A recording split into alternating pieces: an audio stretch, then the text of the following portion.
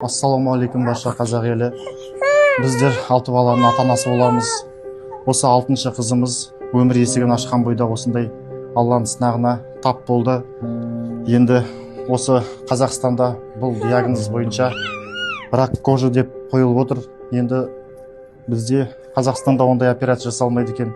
Сол себепті Түркия еліне операция жасату үшін 30 миллион қаражат керек болып отыр.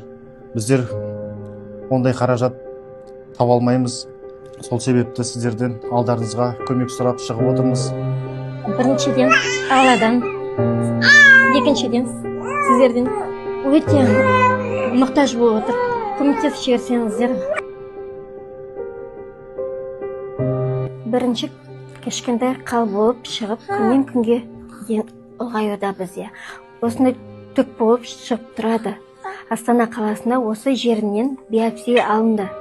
Алайда Қазақстанда бұл дерттің емі жоқ.